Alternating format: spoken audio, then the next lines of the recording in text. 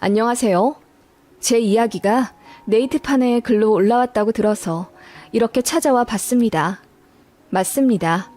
결혼식장에서 신랑 싸대기 때리고 마이크 잡아 고래고래 소리 지른 그 신부가 저예요.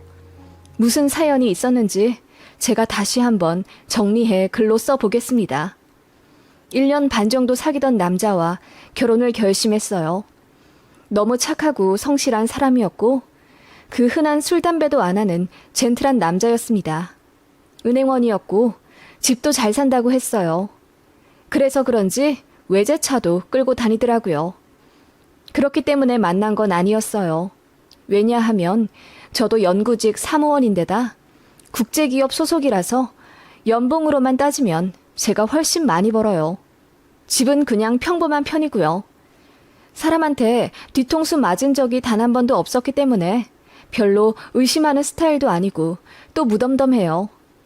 연애하면서도 운 좋게 착한 남자들만 만나 어쩔 수 없는 사정으로 헤어졌지 상대가 바람이 났거나 아님 거짓말을 해서 헤어졌다거나 하는 일은 없었습니다. 그게 아마도 독이 되었을지도 모른다는 생각이 드네요.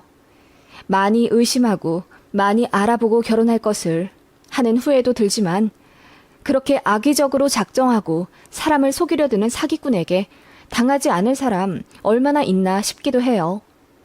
제가 결혼식까지 올린 그 남자와 연애를 하면서 단 한 번도 제 신뢰를 무너뜨린 적이 없습니다. 여자 문제로 속 썩인 적도 없었고 늘 회사 아니면 집만 다니던 남자였어요. 집에서 요리하고 청소하는 게 취미 생활이라며 웃는 그 남자의 가정적인 면에 결혼을 결심했는지도 모릅니다. 그러면서 저한테 선물 공세도 참 많이 했네요. 명품도 많이 주길래 나중엔 부담스러워서 그냥 환불하자고까지 했는데 그 사람이 저더러 내 여자니까 아끼지 않는 거야. 너한테는 내 모든 걸 내어줄 수 있어. 널 위해서라면 나는 뭐든지 다 해줄 수 있거든. 너도 그렇지? 라고 하더군요. 그렇게 저를 맹목적으로 사랑해주는 남자에게 저도 홀딱 빠지지 않을 리 없었죠. 저도 받기만 하는 스타일은 아니라 받은 만큼 주고 싶었습니다. 그런데 그 남자는 제가 주는 선물을 다 거절하더라고요. 이런 돈 들어가는 거 말고 너의 진짜 마음을 원해. 날 위해서 목도리 하나 떠줄 수 있어? 라고 하길래 제가 깔깔 웃었던 기억이 납니다. 요즘 누가 목도리를 떠서 메고 다녀. 그냥 내가 백화점에서 하나 사줄게. 나 그런 거 할 줄 몰라. 라고 했더니 그 남자가 자기는 여자의 사랑은 돈이 아닌 마음으로 표현해 주길 바란대요. 그게 참 순수하게 느껴졌어요. 사랑하는 사람이 원한다는데 그쯤이야 싶어서 저도 회사에서 그리고 집에서 틈나는 대로 뜨개질해서 목도리 만들어줬네요. 그랬더니 엄청 감동하더라고요. 그런 식으로 그 남자는 저에게 소박하지만 정성이 들어간 선물을 요구했어요. 예를 들면 직접 싼 도시락, 종이학 접어주기, 영양제 챙겨주기, 아침에 모닝콜 해주기 이런 걸 원하더라고요. 그렇게 저도 자연스럽게 남자가 원하는 방식대로 맞춰주기 시작했어요. 저도 사실 명품 같은 거 크게 좋아하진 않는데 항상 본인은 저에게 비싼 주얼리, 가방 이런 거 주더라고요. 그리고 꼭 SNS에 올려달래요. 그러면 제 친구들이 그걸 보고 부럽다고 댓글을 다니까 저도 약간 우쭐해지는 느낌은 있었죠. 다들 저더러 남자 너무 잘 만났다고 하더라고요. 그리고 저는 남자에게 돈 안 쓰고 종이학, 학알 이런 거 접어서 주는 거 좋아한다고 하니까 주변에서 부럽다고 난리가 났어요. 하긴 얘기만 들으면 유니콘 그 자체였죠. 여자한테 아낌없이 돈 쓰면서 정작 내 여자는 돈 한 푼 못 쓰게 하는 남자라니. 데이트 통장이다 뭐다 해서 악착같이 반반 돈 내기 시작하는 요즘 커플들 중에서 단연코 눈에 띄긴 했습니다. 그렇게 주변의 부러움을 받으며 또 남자의 저돌적인 공세에 자연스럽게 결혼을 준비하게 되었던 것 같아요. 남자는 저 없이는 못 산다며 결혼하자고 했고 신혼집도 본인이 다 구해올 테니 몸만 오라 하더군요. 그래도 어떻게 그러나요? 일단 모아둔 돈 4천만 원과 친정에서 5천만 원 해주신다고 해서 얼추 1억 가져가기로 했습니다. 그랬더니 남자가 길길이 날뛰면서 절대 그러지 말라고 하더군요. 저희 부모님한테까지 가서 무릎을 꿇고 저 은희 너무너무 사랑합니다. 제가 집 정도는 마련할 수 있는 영광을 주십시오. 장인어른 장모님. 이라고 하더군요. 그 모습에 뿅 가지 않을 여자 쪽 부모님이 어디 있을까요? 그래도 혹시 모른다며 친정엄마가 통장을 주시긴 했습니다. 결혼 준비 비용도 남자가 다 알아서 하려고 하길래 그건 정말 염치 없으니 식장만이라도 친정에서 해주신다고 했네요. 그래서 예식장, 스드메까지는 저희가 부담했고 남자가 신혼집이랑 가전 가구 다 해오기로 했습니다. 신혼집은 서울에 인접한 경기도 모 도시에 24평짜리 아파트로 하려고 했어요. 혼자 이리저리 알아보더니 거기가 제일 낫다고 해서 계약했다고 하더군요. 나름 제 직장이랑도 가까워서 남자가 배려한 줄 알았죠. 그런데 상상도 못할 대반전이 있는 집일 줄이야. 그건 나중에 이야기하겠습니다. 암튼 그렇게 결혼을 준비하는데 참 행복했어요.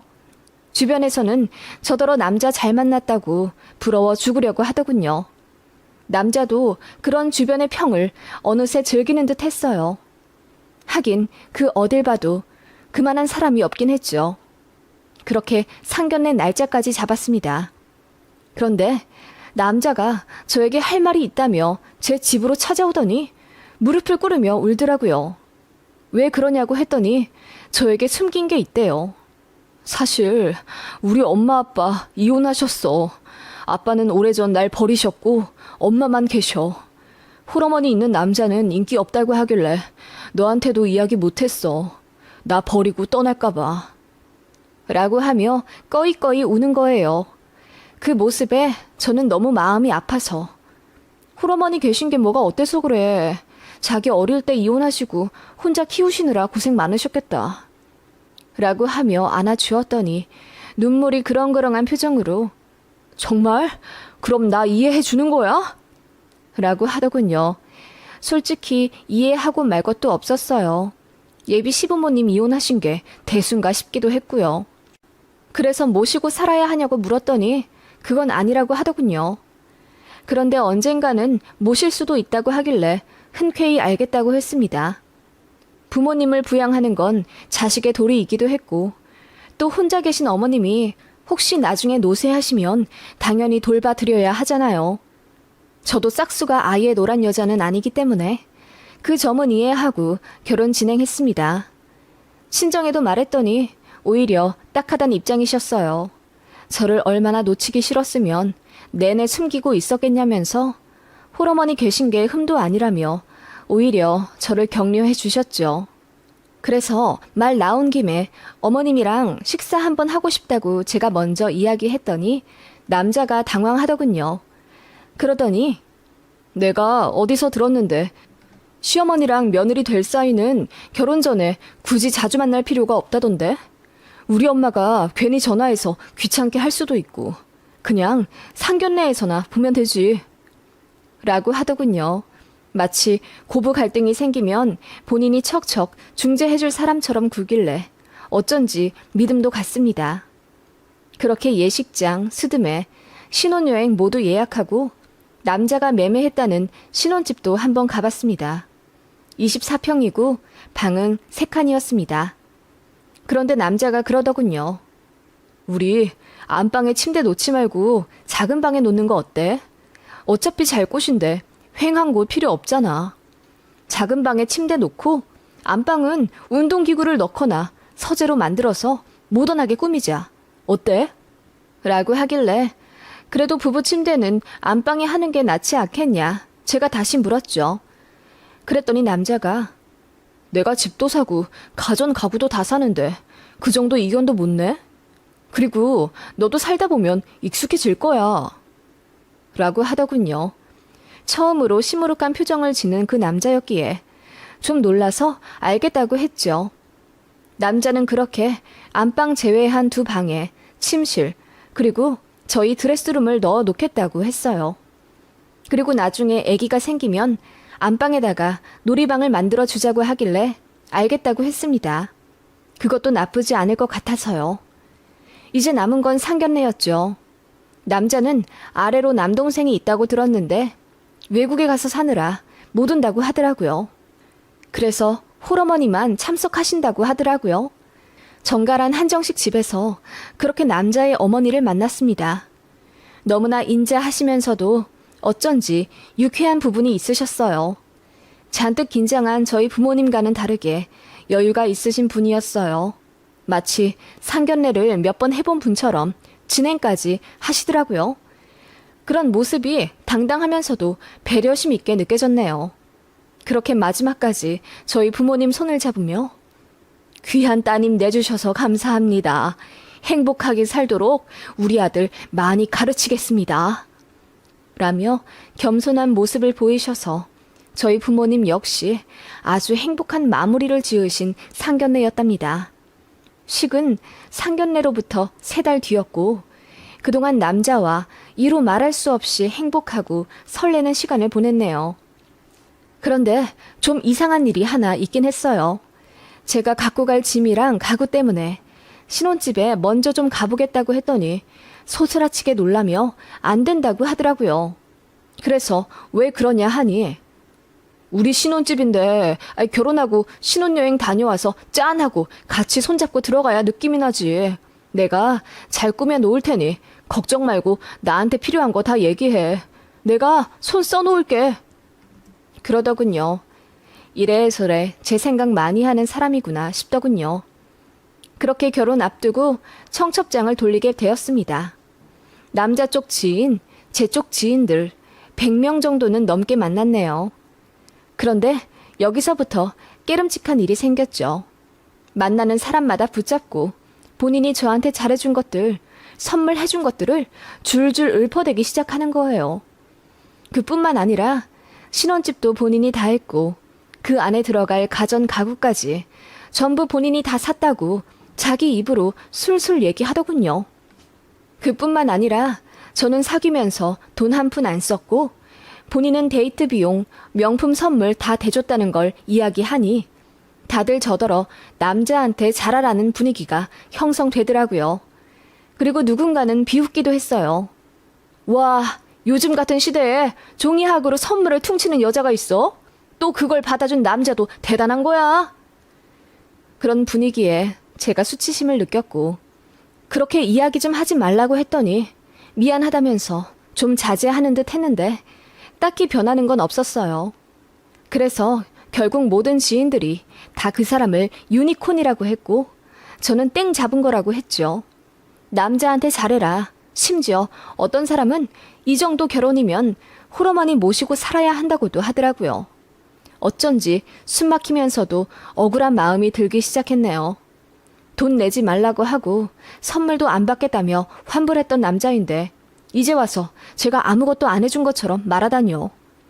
기분이 나빠서 싸우게 되었지만 그런 걸로 결혼을 물을 수도 없겠더라고요. 그렇게 찝찝한 상태로 결혼을 하게 된 겁니다.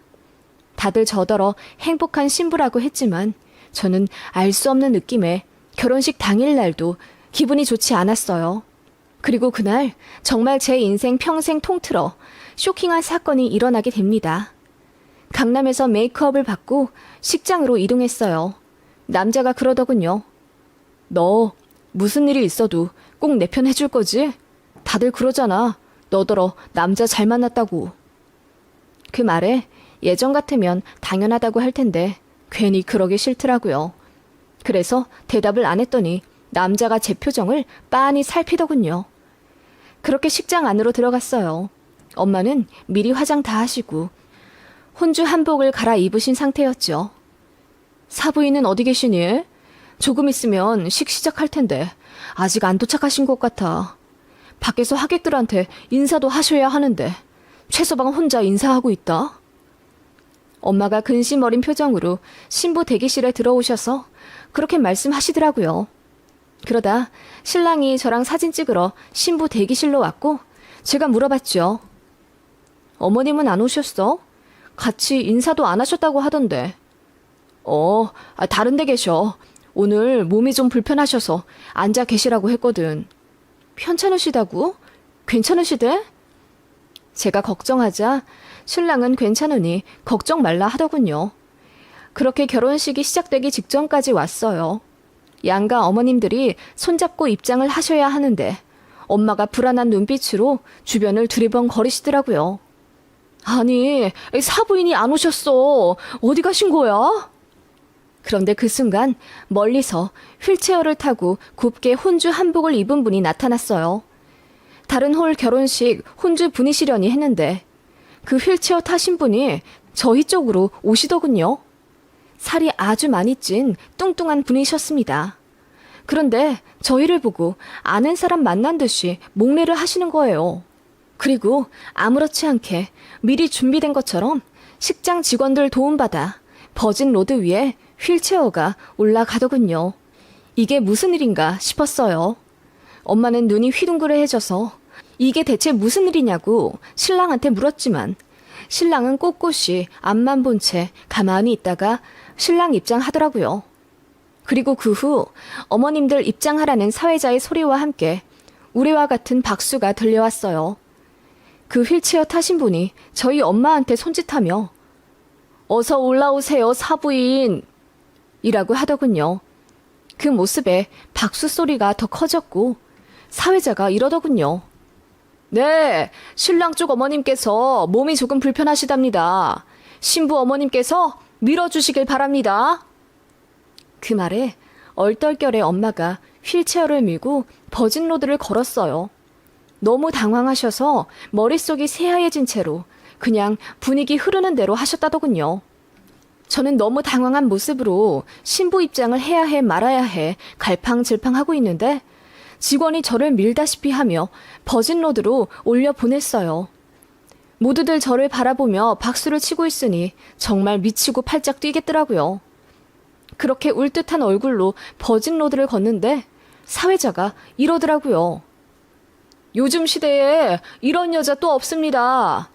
몸 불편하신 시어머니를 모시고 살겠다고 했답니다. 나라에서 상 줘야 합니다. 그 말에 어르신들이 환호성을 지르며 최고라고 엄지척을 들어주시더군요. 박수갈채가 엄청났습니다.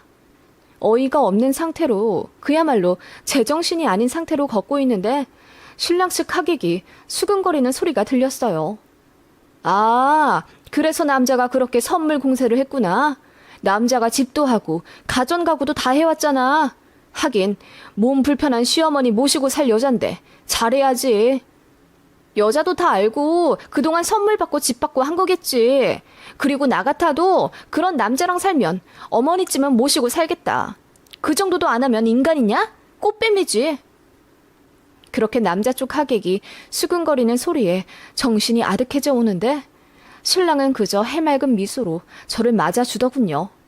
제가 속삭이며 이게 대체 무슨 일이냐고 다그쳤는데도 안 들리는 사람처럼 그저 웃더군요. 그렇게 주례가 시작되는데 신랑이 제 쪽으로 고개를 숙이며 속삭였습니다. 미안해. 나도 이러고 싶지는 않았는데. 그래도 이미 일이 이렇게 된 거 어떻게 하겠어. 여기서 파혼할 수도 없는 노릇이잖아. 500명 하객은 다 우리 여보가 시어머니 모시고 살 거라고 생각할 텐데 이혼하면 여보만 나쁜 년되지. 그치? 저는 그 말에 기절할 듯 놀라고 말았습니다. 신랑은 그저 싱긋 웃으며 주례 선생님만 볼 뿐이었죠. 제가 어이없는 표정으로 신랑을 보자 주례 선생님 말씀이 중단되었고 사회자가 당황한 듯이 아니, 신랑이 너무 잘생겨도 그렇지. 주례도 안 듣고 신랑 얼굴만 보면 어떡합니까, 신부님? 이라며 농담하더군요. 그 말에 하객들이 웃음을 터뜨렸고 저는 그런 하객들을 바라보았습니다. 잠시 당황했지만 저는 이내 마음을 굳게 먹었어요. 그리고 사회자 쪽으로 갔습니다. 모두 당황해 웅성거리더군요. 제가 사회자의 마이크를 뺐자 신랑이 헐레벌떡 제 쪽으로 달려와 마이크를 뺏으려 하더군요. 제가 바로 신랑 싸대기를 날렸습니다. 그 순간 식장에 정적만이 가득하더군요. 모두가 아무 말 못하는 그 순간 제가 입을 열었습니다. 여러분, 저는 시어머니 모시고 살겠다고 한 적 없어요. 모두 이 인간이 꾸민 짓입니다. 상견례 때 나온 분은 저분 아니었어요. 아주 건강한 분이셨습니다. 작정하고 속인 거예요. 집도 가전 가구도 본인이 다 해왔다고 했죠? 저도 돈 내겠다고 했는데 이 사람이 한사코 안 받은 겁니다. 연애할 때도 마찬가지였고요. 그러면서 오만 생색 다 내길래 왜 그런가 했더니 오늘을 위한 밑밥이었군요. 제가 파혼이나 이혼 못하게 하려고. 제 목소리가 식장에 울려 퍼지자 이내 하객들이 웅성거리고 난리가 나더군요. 그러자 신랑 어머니가 갑자기 울부짖으며 상견례 때 나 잘 모시고 살겠다고 해놓고 왜 그러니? 뭐가 마음에 안 들어서 갑자기 이런 쇼를 하는 거야. 내 몸뚱이가 이래서 그래? 미안하다. 내가 없어져 주면 되잖니? 이러면서 휠체어에서 떨어져 쓰러지시더군요. 그 바람에 식장이 아수라장이 되었습니다. 저희 부모님도 소리를 치며 이 결혼 무효라고 사기당한 거라고 울부짖었고요. 하객들도 뒤엉켜 이게 무슨 일인지 파악하기 바빴습니다. 결국 직원들 도움으로 결혼식은 그렇게 마무리되었고 하객들은 모두 빠져나갔습니다. 신랑이 씩씩대며 저에게 삿대질 하더군요. 너 때문에 다 망쳤어. 사람들은 절대 나보고 나쁘다고 안 할걸? 시어머니 모시기 싫어서 쇼한 거라고 생각할걸? 이 나쁜 년아! 그 말에 저희 아버지와 사촌오빠 그리고 큰아빠까지 화가 나 그놈을 흠씬 두들겨 패줬습니다. 그랬더니 112를 부르더군요. 그렇게 저는 신부 화장하고 경찰서에 가게 됩니다. 눈물 콧물 바람으로요. 결국 어떻게 되었냐고요? 그놈이 저희를 폭행건 그리고 결혼식장에서 있었던 일로 명예훼손으로 고소했습니다. 저희는 사기 결혼으로 맞고소했고요. 그놈은 자기 직업 빼고 모조리 거짓이었습니다. 어머님은 당뇨로 도움이 없이 살지 못하는 분이셨고 그 생활비는 고스란히 남자가 빚내며 지고 있었어요. 집 잘 사는 것도 뻥이고 외제차 있는 것도 리스더군요. 집 매매한 것도 구라였어요. 월세더군요. 그리고 집 가전가구 산 것도 자기 마통 뚫어 산 거고 저랑 같이 갚아나갈 생각이더군요. 저한테 명품 선물 공세한 것도 결혼하고 나면 생활고 핑계로 팔 작정이었다고 하더군요. 안방 비우자고 한 것도 어머님 방 만들려고 한 거였고요. 제 직장 가까이로 신혼집 구한 것도 본인 엄마 케어하기 편하도록 한 정말 치밀한 놈이었죠. 상견례 당일날 사람 바꿔드린 적 없다고 발뺌하길래 식당 CCTV 받으러 갔더니 이미 기한 지나 삭제되고 없더라고요. 남자도 이미 그거 알고 있었던 거예요. 그래서 발을 동동 구르고 있었는데 정말 기적처럼 단서가 생겼습니다. 제가 친구들에게 상견례 후기를 알려주며 시어머니 인상차기를 자세히 이야기했었거든요. 건강하고 날씬하시다. 뭐 이런 묘사를 했었는데 저희 엄마도 이모들이랑 카톡 대화를 하시며 사부인 묘사를 한 게 저랑 똑같았습니다. 그 어디에도 휠체어 탄 뚱뚱한 노모라는 표현이 없다는 점에서 1차 증거가 되었고 저희가 머문 식당 룸이 휠체어가 들어갈 수 없는 공간이라는 증명이 2차 증거가 되었습니다. 결국 저희가 승소했어요. 그 남자가 결혼 비용 전부 갚고 위자료로는 겨우 꼴랑 750만 원 받았지만 이겼다는 게 중요하네요. 완벽한 사기 결혼이었죠. 저는 그놈 직장 그리고 계열사에 소문을 다 냈습니다. 아주 파렴치한 놈이라고요. 저한테 찾아와 제발 그만 좀 소문 퍼뜨려달라며 무릎 꿇고 빌더군요. 푸하하 웃으며 절대 싫다고 했습니다. 결국 주변 사람들 이목 견디다 못해 다음 분기에 지방으로 근무지 이동한다고 하더군요. 거기서도 사기치고 다닐지 모르니 사람 사서라도 소문 계속 낼 겁니다. 재판 결과 프린터로 뽑아서 다 뿌릴 겁니다. 그리고 계속 추적하면서 그놈이 이동하는 데마다 소문 낼 거예요. 죽을 때까지 여자 못 만나게요. 얼굴 못 들고 다니게 하는 게 제 목적입니다. 그렇게 아끼는 노모 지나 모시고 살 것이지 별 희한한 방법으로 본인 평판 높이며 여자 인생 망치려 한 그지 같은 놈입니다. 사건의 주인공이 등판하여 이렇게 이야기해드립니다. 사람들한테 망신은 당했을지언정 제 인생을 지옥 코앞에서 구했으니 다행이라고 생각합니다. 여러분도 결혼할 사람이라고 해서 철석같이 믿지 말고 늘 의심 한 톨은 남겨두시어 저 같은 과오를 범하지 않길 바랍니다.